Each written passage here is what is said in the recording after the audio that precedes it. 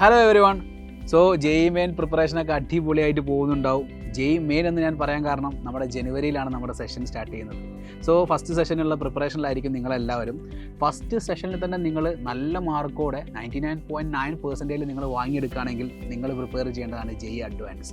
അപ്പോൾ JEE advance വഴി നമ്മൾ ക്വാളിഫൈ ചെയ്യുന്ന കോളേജുകളാണ് IITs. അറിയാലോ നിങ്ങൾക്ക്. സോ IITs എന്ന് പറയുന്ന സമയത്ത് നിങ്ങളുടെ മനസ്സിലേക്ക് ഓടി വരുന്ന ഫസ്റ്റ് കോളേജ് എന്ന് പറഞ്ഞാൽ മദ്രാസ് തന്നെയായിരിക്കും. IIT മദ്രാസ് ആയിരിക്കും, അതേപോലെ ബോംബെ ആയിരിക്കും, അതേപോലെ ഡൽഹി. അങ്ങനെ കുറച്ച് നിങ്ങൾ കേട്ട് പരിചയമുള്ള കുറച്ച് കോളേജുകളായിരിക്കും നിങ്ങളുടെ മനസ്സിലേക്ക് വരിക.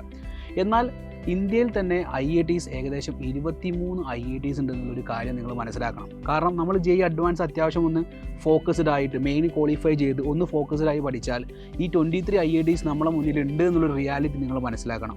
സോ നമ്മുടെ ഏതൊക്കെ IITs ആണ് ഏറ്റവും അടിപൊളി എന്നായിരിക്കും നിങ്ങളെല്ലാവരും ഇപ്പോൾ എന്നോട് ചോദിക്കുന്നുണ്ടാവുക. സോ NIRFൻ്റെ റാങ്കിങ് പ്രകാരം ആദ്യത്തെ 10 IITs, ആദ്യത്തെ ഫസ്റ്റ് 10 IITs ഞാൻ നിങ്ങൾക്ക് പരിചയപ്പെടുത്താം.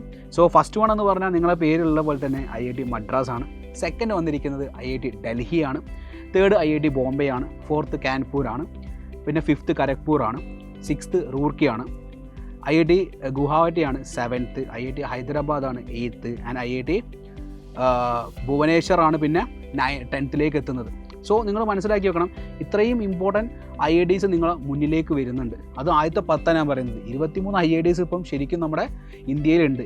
അതിൽ തന്നെ 2023 പുതുതായിട്ട് വന്ന കുറച്ച് IITs ഉണ്ട്. അതായത് 4 IITs ടോട്ടൽ 23 IITs ആണ്. 2024 പുതിയതായിട്ട് 4 IITs വന്നായിരുന്നു.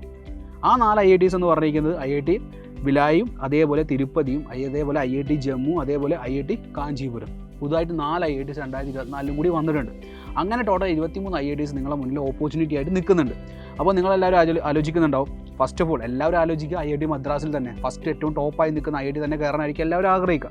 സോ ഈ ഫസ്റ്റ് നിൽക്കുന്ന IITയിൽ കയറണമെങ്കിൽ ഈ IITയിൽ ഏറ്റവും ഇമ്പോർട്ടൻറ്റ് കോഴ്സുകൾ ഏതാണെന്നായിരിക്കും നിങ്ങളുടെ മനസ്സിലേക്ക് വരിക. IIT മദ്രാസിൽ നമ്മൾ പറയുന്ന പോലെ തന്നെ എല്ലാ എഞ്ചിനീയറിംഗ് കോഴ്സുകൾ ഉണ്ടെങ്കിൽ കൂടി മദ്രാസിൽ ഏറ്റവും ഇമ്പോർട്ടൻസ് കൊടുക്കുന്നത് അത്യാവശ്യം നല്ല റാങ്കിങ് കമ്പ്യൂട്ടർ സയൻസ് ആൻഡ് എഞ്ചിനീയറിംഗിൽ നിങ്ങൾക്കൊരു സീറ്റ് അവിടെ സെക്യൂർ ആവണമെങ്കിൽ ജെഇ അഡ്വാൻസിൽ നിങ്ങൾക്ക് 160 സംതിങ് റാങ്ക് വേണ്ടി വരും.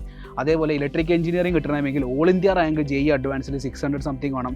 അതേപോലെ അവിടെ ഉണ്ടാകുന്ന സ്പെസിഫിക് ആയിട്ടുള്ള കോഴ്സുകൾ ഇഷ്ടം പോലെ ഉണ്ട്. അതായത് mechanical engineering, chemical engineering, aerospace engineering, BSc in programming and data science ഈ അടുത്ത് സ്റ്റാർട്ട് ചെയ്തതാണ് IIT മദ്രാസിന്.